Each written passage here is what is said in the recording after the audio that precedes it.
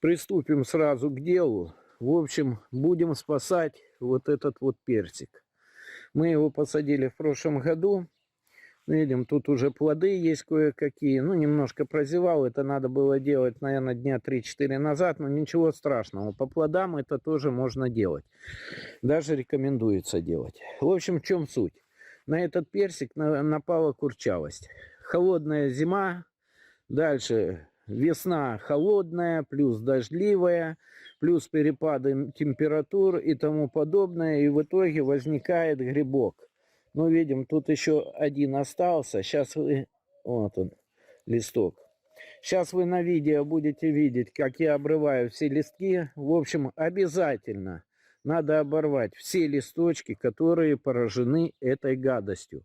Иначе она будет распространяться на всю листву этого персика. Вот. Даже те, которые под подозрением, надо обязательно обрывать, невзирая ни на что. И теперь смотрите, два персика. Один здесь пораженный, другой у нас не поражен. Ну, на этот не успела у нас, вот на этот персик не успела у нас перебраться зараза. Поэтому обрызгивать надо все. Плюс еще есть у нас черешня. Этим же препаратом будем брызгать и черешню. То есть делать профилактические меры. В общем, что включает у нас спасение этого персика?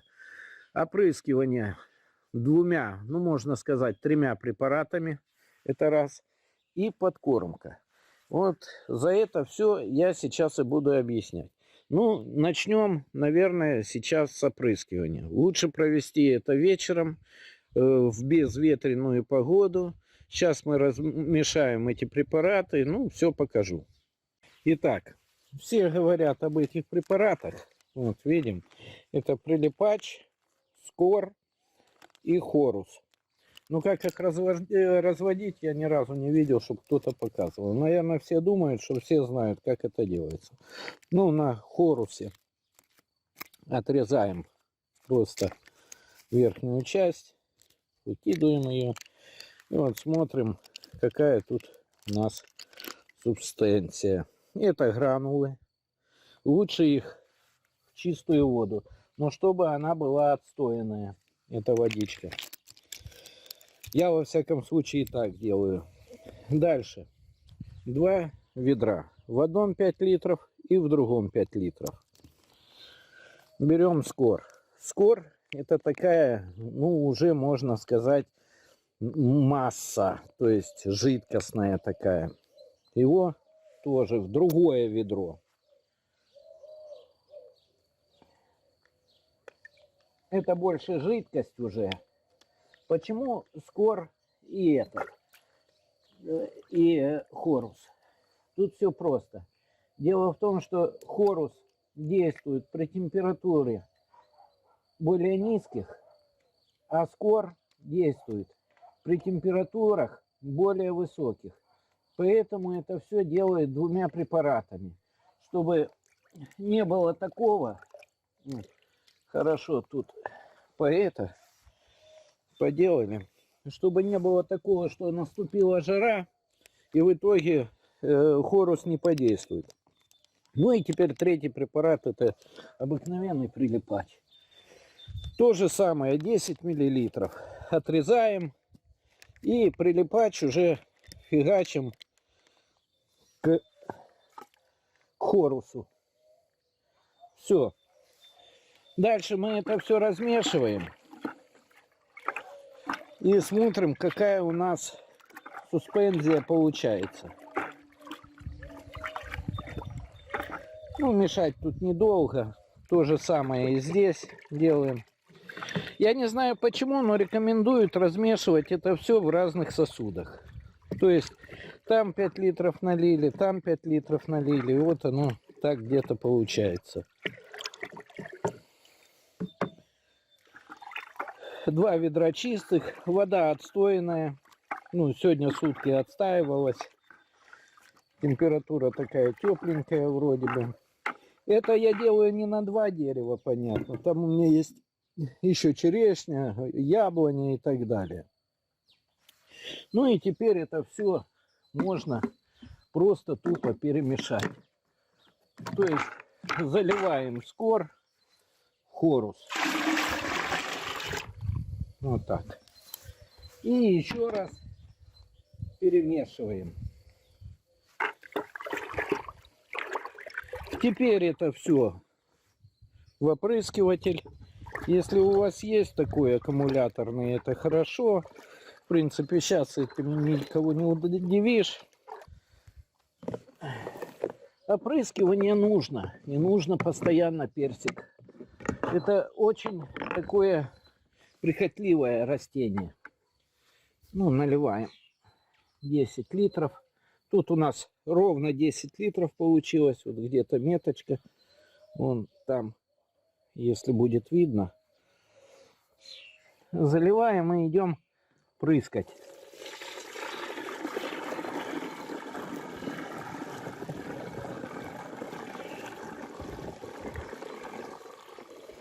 Прыскать тоже надо правильно. Не только по листве этой заразой прыскается, но и по всему, что только видим. Сейчас мы это опрыскаем. Сейчас покажу секунду, как он у нас работает. И дальше продолжим.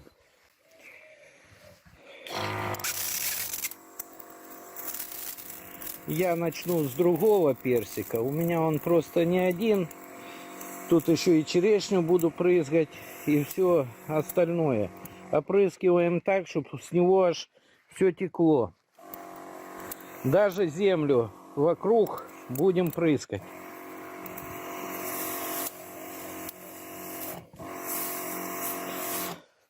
Опрыскивание провожу вечером.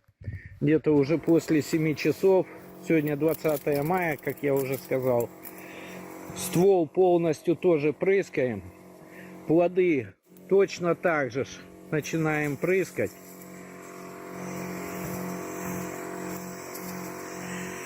За плоды, так скажу, даже рекомендуют прыскать. Видим, и возле столба я даже побрызгал. Короче, не жалеем вообще ничего. И снизу, и сверху, чтобы оно все было в этой отраве.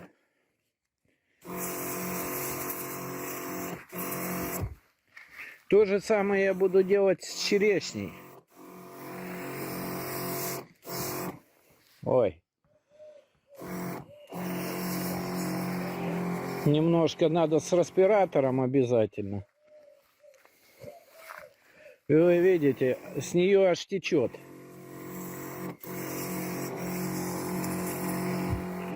Плюс мощный у меня компрессор. Сейчас мы немножко тише его сделаем.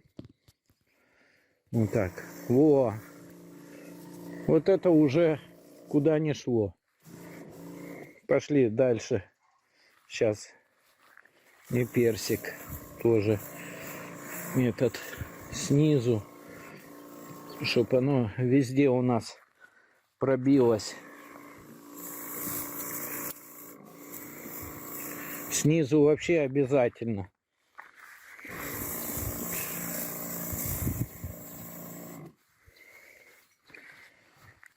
У нас тут он был с 2 столовых, этот персик. Так, ну и пошли черешню. Сейчас будем спасать. Видим, она тут аж пожелтела как-то. Почему? Непонятно. Ну, лишнее ей тоже не будет. Посмотрим результат заодно и по черешне.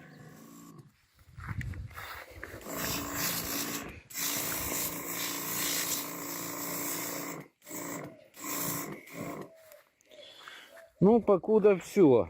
Можно даже и смородину побрызгать, ничего страшного в этом не будет. Это очень хорошее средство от многих болезней. Ну, а сейчас будем уже и подкармливать, но немножко позже. Сегодня подкормку не будем проводить, потому что я все-таки обрызгал вокруг. Мне надо, чтобы это все испарилось. А подкормку будем проводить, скорее всего, завтра. Итак, сейчас приготовим подкормку для наших персиков. И эта подкормка должна содержать как можно больше азота. Для этого берем куриный навоз. Он, здесь у меня прямо с курятника. Он чистый, без соломы, без ничего, но немножко сухой. В магазинах продается он в гранулах. Берем 10 литров воды. В этом ведре вообще 20 литров. Я налил чуть меньше половины, потому что я сейчас развожу на 3 дерева. То есть я сюда на 5 литров, тут не 5-6 литров, ложу 1,5 ковшика вот такого вот зелья, то есть куриного навоза. Потом ставлю это все на солнце и постоянно перемешиваю. Ваш рецепт заключается в том, чтобы вот на это все, на 10 литров воды, добавить пол вот такого вот литрового ковшика. То есть там пол-литра, допустим. Не килограмма, а именно пол-литра, не больше. Где-то часа через 2-3, когда он весь размешается, я его еще разбавлю. Дальше покажу. То есть разделю на 3 части.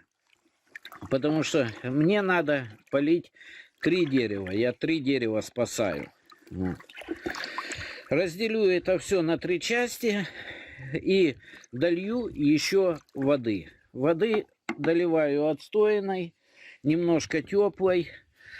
Так, чтобы дерево не обжечь. Если вы сразу кинете вот этот вот куриный помет под дерево, вполне возможно, вы его обожгете.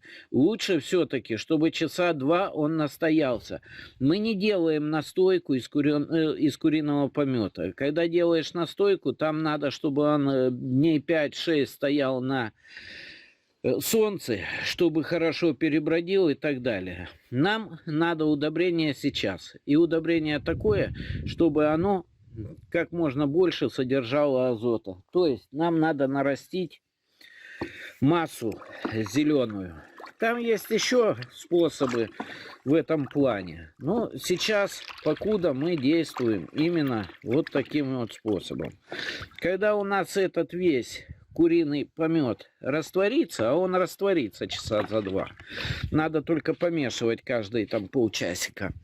Мы это все будем размешивать. Ну а сейчас ставим прямо на солнце, ничем не закрываем, азот никуда за 2 часа не испарится, и потом будем мешать. Теперь смотрите, что у нас получилось по куриному помету. В общем, в этом ведре у нас должно было получиться 6 литров концентрата. Одно ведро я уже забодяжил, значит, здесь должно остаться 4. В каждое ведро я заливаю по 8 литров. Вот там метка есть.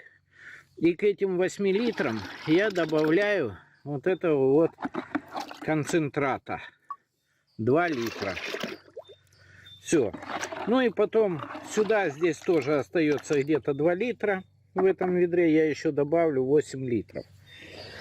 И теперь можно уже идти удобрять.